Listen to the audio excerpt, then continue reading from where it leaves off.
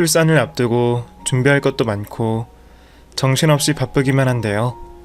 그럼에도 불구하고 제가 꼭 보내고 싶은 사연이 생겨서 이렇게 사연을 보내게 되었습니다. 저도 애청자로서 종종 사연들을 잘 듣고 있었지만 설마 제가 사연의 주인공이 될 거라는 생각은 하지 못했습니다. 남편과 사이도 좋았고 시집살이 같은 것도 없었거든요. 그런데 역시 사람 인생 한 치 앞도 모른다고 하죠. 제 인생에 기막힌 일이 펼쳐지고 말았고 도저히 혼자 간직할 수 없다 생각해 이렇게 사연을 보내게 되었어요. 바로 얼마 전까지만 해도 저에게는 2명의 시어머니께서 계셨습니다. 한 분은 제가 엄마라고 부르고 싶을 정도로 저를 아껴주시고 마치 딸처럼 예뻐해주신 감사한 분이셨고, 또 한 명은 차마 시어머니라 부르고 싶지 않을 정도로 끔찍이 싫었던 시모였네요. 하나로도 버거울 시어머니가 어떻게 2명이 되었는지, 제게 어쩌다 그런 일이 생겼냐고 물으신다면 이 모든 게 다 저희 시아버님 때문이라고 말할 수 있겠죠. 저희 시아버지 얘기를 먼저 드려야겠네요. 저희 시아버지는 좋게 포장한다면 고생 없이 자라 그 나이 먹도록 소년의 감성을 잃지 않으신 분이셨고, 예의를 차리지 않고 설명한다면 그 연세까지도 한참 철이 들지 않은 집안의 유일한 말썽쟁이셨습니다. 남편과 연애를 하고 결혼 준비를 하는 과정에서 저도 앞으로 며느리 노릇을 해야 할 거라는 생각에 당연히 시집살이에 대한 걱정은 하고 있었어요. 당연히 제가 걱정한 그 대상은 어머님이었지, 설마 아버님 때문에 속을 썩게 될 거라고는 생각지도 못했습니다. 사실 저는 꼭 나쁜 시어머니를 만나지 않더라도 고부 갈등은 어쩔 수 없는 일이라 생각하고 있었습니다. 그 정도가 다를 뿐이지 시어머니와 며느리의 관계는 비슷비슷하잖아요. 거기다 아들만 셋인 집안에 하필이면 맏며느리로 시집을 가게 되었으니 사실상 제 스스로 고생길을 선택한 것이나 다름이 없었습니다. 친정엄마도 네가 한 선택이니 시집 가기 전에 마음 단단히 먹으라 하셨고, 저는 제 선택에 대한 결과를 겸허히 받아들이기로 했습니다. 조금이나마 시댁에서 예쁨을 받기 위해 결혼 전에 신부 수업까지 받게 되었죠. 하지만 그렇게 걱정이 많았던 시집살이 고민을 남편의 어머님을 처음 뵙자마자 모두 사라지게 되었습니다. 아들만 셋이라 고생이 많으셨을 어머님은 첫며느리인 저를 보자마자 저를 무척이나 아껴주셨거든요. 처음 인사를 드리러 간 날 음식 하시던 어머니는 불이 나게 뛰어나와 버선발로 저를 맞아주셨고, 제가 마치 귀한 집 딸이라도 되는 것처럼 저를 무척이나 소중하게 여겨주셨습니다. 제가 관상 같은 건 잘 모르지만 어머님 얼굴을 보자마자 선한 분은 이런 분이시구나 하는 걸 바로 알 수 있었어요. 그런 시어머니를 만난 저는 정말 운 좋은 며느리였죠. 남편을 너무 사랑해서 결혼을 결심하기는 했지만 삼형제 집안의 맏며느리로 시집 간다는 게 얼마나 걱정이 많았는지 몰라요. 하지만 저는 시집을 가자마자 어머님에게 큰 딸이 되었고, 저는 또 한 명의 좋은 엄마를 가지게 되었습니다. 그렇게 저는 친정엄마를 포함해 다른 사람들의 걱정을 뒤엎고 시댁 식구들과 아주 행복하고 즐거운 결혼 생활을 할 수 있었습니다. 그 뒤로도 저는 어머님과 딸처럼 지내며 사이좋은 고부관계를 유지했고, 친정엄마만큼이나 어머님에게 잘하려 노력했죠. 그 집 삼형제들도 모두 어머님에게 참 잘했고 다들 효자였습니다. 하지만 시아버지와는 그리 사이가 좋지 못했죠. 처음에는 얼굴에 구김살 하나 없이 밝은 모습의 시아버지를 뵙고 다행이라 생각했던 적이 있었습니다. 사실 저희 집은 할아버지가 무척 엄하고 무서운 분이셔서 친정엄마께서 고생이 많으셨거든요. 그런데 우리 아버님은 어머님만큼이나 좋은 분이시고 다정한 분이시다 보니까 생활하면서 아무 걱정이 없을 줄 알았죠. 그런데 전 결혼을 하고서야 아버님의 실체를 알 수 있었습니다. 앞에서 말한 것처럼 아버님은 좋게 말해서 그렇지 그 나이 먹도록 철이 참 없는 분이셨어요.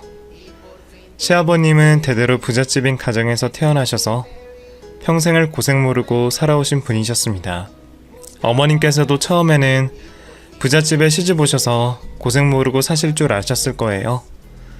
그런데 부잣집이라고 다 좋은 게 아니었어요. 평생 돈 걱정 한번 해본 적 없으시고 고생 모르고 귀하게 자라신 부잣집 아들이라 그러신지 저희 시아버지는 그 나이 먹도록 평생 직업을 가져보신 적이 없으셨어요. 돈이 많다고 다들 한량처럼 사는 건 아닐 텐데 아버님 성격이 원래 좀 가벼우신 편이셨습니다. 보통 사람은 대부분 하는 고생에도 금방 포기하시고 어려운 일은 꺼려 하시니 바깥일과는 담을 쌓고 사셨나 봅니다. 다행히 넉넉한 시댁 덕에 어머님도 세 자식 키우시며 돈 걱정은 없으셨지만 시아버님 때문에 고생이 많으셨다고 하셨습니다. 어머님께서는 아버님이 한량처럼 다니는 꼴도 답답하셨고 하는 일도 없이 놀기만 바쁘면서 삼형제 나고 자랄 때 손 한 번 거드신 적이 없으셨다고 하셨죠. 딸도 아니고 아들만 셋인데 그걸 여태 어머님 혼자 다 해내셨다고 하셨는데 그 말을 듣고 저도 참 많이 놀라웠습니다. 저희 사촌언니 중에 남자아이 둘을 가진 집을 보면 사촌언니가 불쌍하게 보일 만큼 힘들어 보였거든요. 그런데 아들 기저귀 한번 갈아주신 적 없으시고 심지어는 오는 애를 달래기 어렵다며 한번 안아준 적도 없으셨다고 하셨죠. 막내 도련님이 저희 남편이랑 10살 터울이었는데 저희 남편이나 둘째 도련님이나 자기 아버지가 자식들에게까지 무심하고 무책임한 것을 보고 실망이 많았다고 말했어요.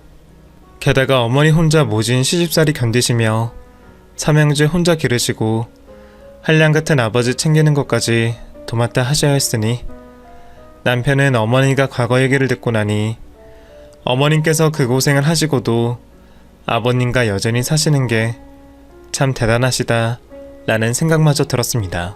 어쩌면 어머님께서 자식들을 위해 당신의 행복은 모두 포기하고 사시는 건 아닌가 싶어 안타까운 마음까지 들었죠. 그래도 자식들만큼은 참 잘 키우셨는지 아버님과 달리 삼형제들은 시어머니를 늘 챙기고 든든한 아들들이 되어 주었습니다. 제가 결혼하고 몇 년 뒤 둘째 도련님이 결혼을 하면서 동서가 들어오게 되었습니다. 그러면서 어머님의 편은 한 명 더 늘어나게 되었죠. 동서도 도련님 닮아 참 착하고 좋은 사람이었습니다. 저희는 불편할 수 있는 동서지간임에도 금세 친해질 수 있었고 그러다 보니 막내 동서에 대해서 기대를 할 수밖에 없었습니다. 어린 막내 도련님이 하루빨리 결혼하여 막내 동서가 들어오기만을 기다렸습니다. 저희 남편이랑 10살이나 차이 나다 보니 그날이 이렇게 빨리 올 줄은 몰랐는데 어린 막내 도련님은 짝을 일찍 찾으셨는지 대학 졸업하자마자 만나던 여자친구와 결혼을 하게 되었습니다. 다행히 25살 어린 새신랑이 된 막내 도련님의 아내인 막내 동서 역시 좋은 사람 같아서 안심을 하게 되었죠. 그렇게 막내 도련님의 예상치 못한 이른 결혼으로 삼형제는 모두 가정을 꾸리게 되었답니다. 다들 결혼한 뒤에도 삼형제들은 늘 우애가 좋았고 그런 남편들 못지않게 저희 며느리들끼리도 사이좋게 지냈습니다. 어머님은 그게 다 맏며느리가 잘 들어와서 그런다고 저를 좋게 말씀해 주셨지만 사실 저는 시어머니가 워낙 좋으신 분이라 다들 시댁 스트레스가 없어서 그런 게 아닌가 생각했죠. 삼형제들은 다들 자기 앞가림 잘하고 별 문제없이 지내는 듯 보였고 시아버님은 원래 걱정이 없으신 분이라 잘 모르겠지만 시어머니는 자신의 몫을 다한 것 같다며 한숨 돌리시고 마음을 놓이시는 것처럼 보였습니다. 사실 그동안 남편 도움 하나 없이 자식들을 기르셨던 세월이 얼마나 많이 지치고 힘드셨을지 충분히 이해가 되었습니다. 그래서 저도 어머님께서 이제는 짐을 내려놓고 조금이나마 편해지셨으면 바랬습니다. 그런데 제 생각보다 어머님의 스트레스가 더 컸던 모양입니다. 막내 도련님까지 결혼을 한 직후 어머님께서 삼형제 네일을 불러 앉으시고는 갑자기 폭탄 선언을 하셨습니다. 얘들아, 너희들에게 꼭 하고 싶은 말이 있다. 내 말을 듣고 놀라거나 걱정할지 모르겠지만 나는 오랫동안 충분히 고민해온 일이고 이미 마음의 준비가 다 되어 있는 상태야. 그러니까 너희들이 부디 내 결정을 존중해줬으면 좋겠구나. 막내도 이른 나이지만 결혼을 했고 부모로서 내 할 일은 거의 끝이 나지 않았나 싶구나.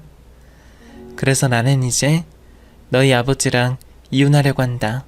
어머니!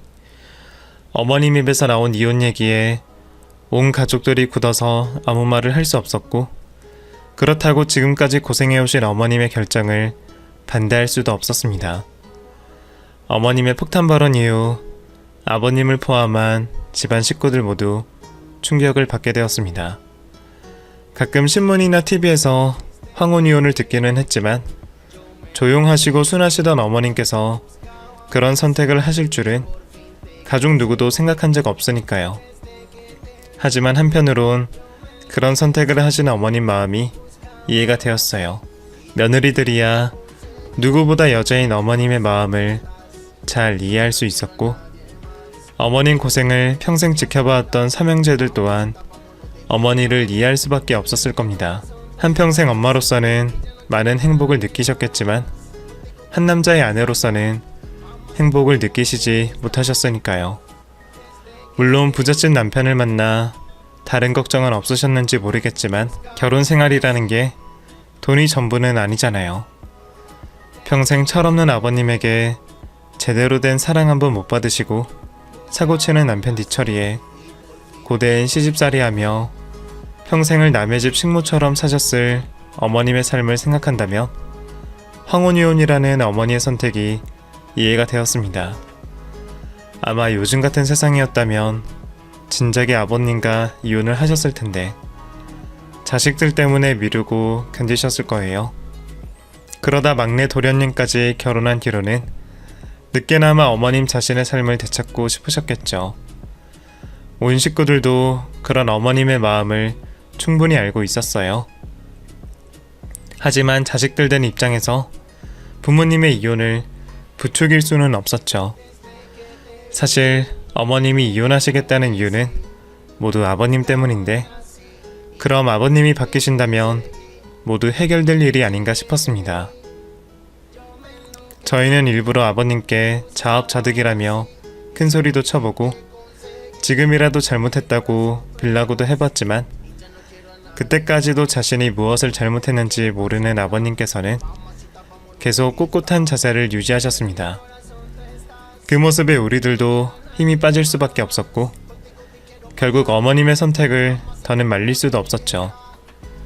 어머님께선 기대도 안 하셨는지 더 말씀도 하지 않으셨고 시부모님께서는 그렇게 항혼이혼을 하시게 되었습니다.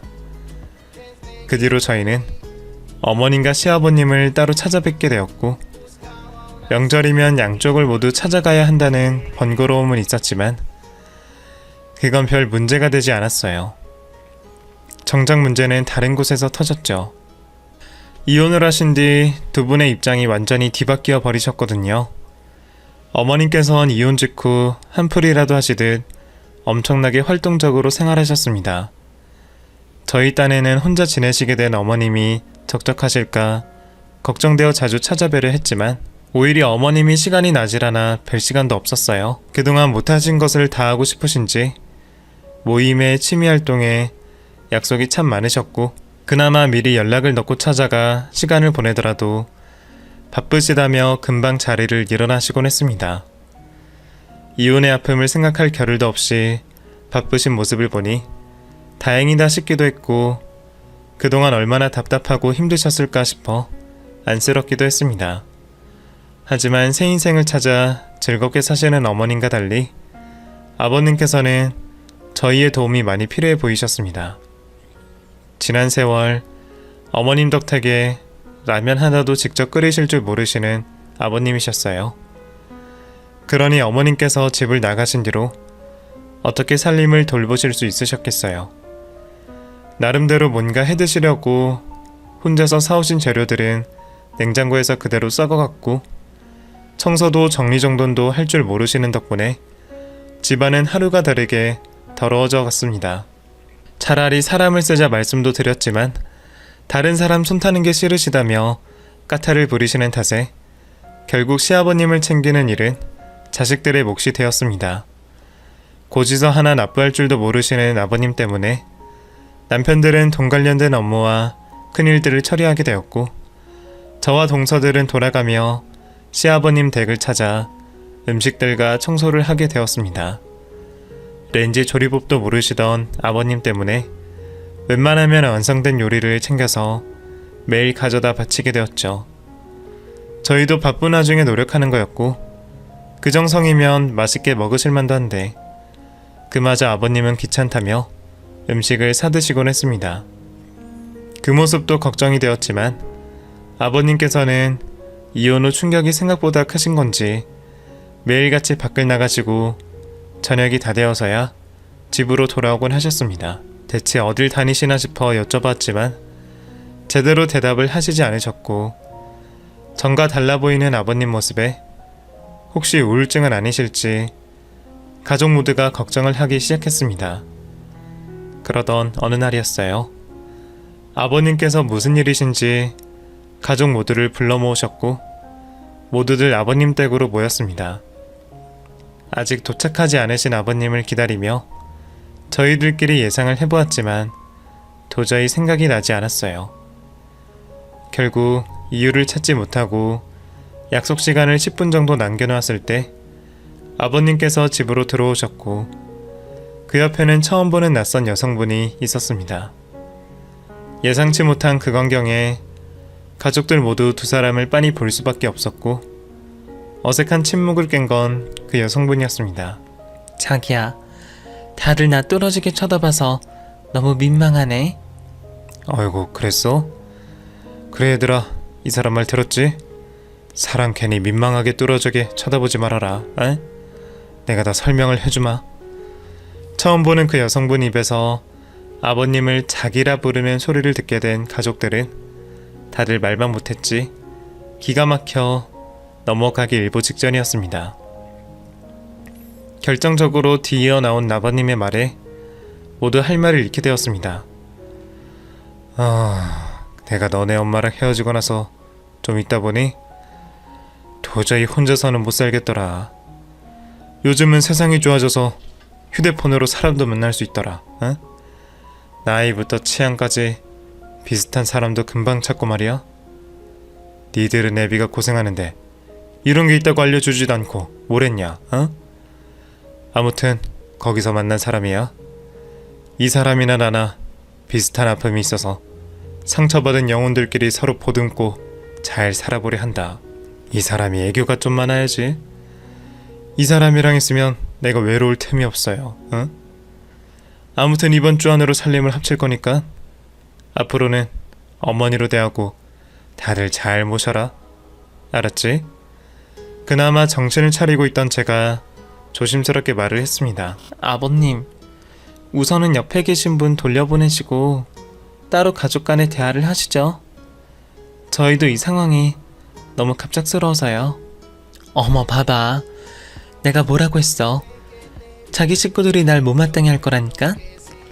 나 너무 상처받았어. 어허, 근데 너 시어머니 될 사람 앞에서 무슨 말이냐? 응? 할 말 있으면 이 앞에서 해라. 가족 간에 할 얘기면 이 사람 앞에서 못할 말도 없지 않겠소? 아버님이 그렇게까지 말씀을 하시는데 제가 거기서 뭐라 말을 할 수 없었죠. 나중에 아들들이 조용히 대화를 해보려 시도했지만 그것도 소용이 없었습니다. 그날 이후 우리는 억지를 피우는 아버님 때문에 강제로 새 시어머니를 모시게 되었습니다. 불쾌한 첫인상에 고생길이 훤하다 싶었는데 아니나 다를까 새 시모는 들어온 첫 주말부터 며느리들을 모두 호출하더군요. 네, 누구세요? 너는 시어머니 전화번호도 저장 안 하니? 도대체 그 여자가 어떻게 교육을 시켰길래 맏며느리라는 애가 이따위야. 처음 보고 인생을 했다만 네가 이 정도인데 밑에 애들이 안 봐도 뻔하지. 내가 위계 질서를 다시 세우던가 해야지 정말. 어쨌든 이번 주말에 며느리들 싹 모아서 시댁으로 들어와라. 한 명도 빠지면 안 돼. 알았어? 벌써부터 기강을 잡겠다. 맏며느리가 어떻다 하는 걸 들으니 저도 기가 막혔습니다. 누가 들어도 친목을 도모하러 불러 모이는 자리 같진 않았어요. 하지만 어쩔 수 없이 밑에 동서들에게 말을 전했고 동서들도 저와 같은 마음인지 다들 한숨을 내쉬고 있었죠. 그렇게 만난 자리에서 세시모는 되지도 않는 말을 하고 있었습니다. 너희들 첫날부터 날 엄청 무시하는 것 같더라. 아무리 얘기를 못 들었다고 당황스러웠다고 해도 어디 내가 앞에 있는데 사람 면전에서 개무시를 해. 그나마 내가 니들 시어머니니까 참은 거고 어른이라 그런 거지. 니들 다른 곳에서 그따위로 하면 아주 큰일 나 큰일. 그런데 니들 그 여자한테는 아주 껌뻑 죽었다면서. 그 여자랑 살 때도 다들 그 여자만 챙겼다고 그러던데 니들 설마 아직도 그 여자랑 연락하고 만나고 그러니? 네, 어머님이랑 아버님이랑 사이가 안 좋으셔서 이혼하신 거지 저희들이랑은 좋은 관계세요. 지금도 양쪽 다 챙기면서 잘 지내고 있어요. 어머 얘들 봐라. 둘이 이혼했는데 니들이 그 여자를 왜 챙겨? 너희 누구 집안 며느리야? 박씨 집안 아니야? 그 여자가 박씨 여자야? 이혼했으면 족보에서 떨어져 나가는 거고 식구 아닌 거지. 니들이 왜 그 여자를 챙겨? 이혼하면서 두현씨 재산도 가져갔다면서. 그 돈이면 뻔히 잘 먹고 잘 살 텐데 너희까지 왜 나서니? 그래, 여태까지는 뭘 몰라서 그랬다 생각하겠지만 이제는 내가 들어온 이상 그 꼴은 못 본다.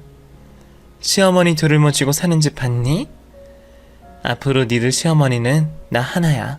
그러니까 앞으로 다시는 그 여자랑 연락도 하지 말고 찾아가지도 마라. 알겠니?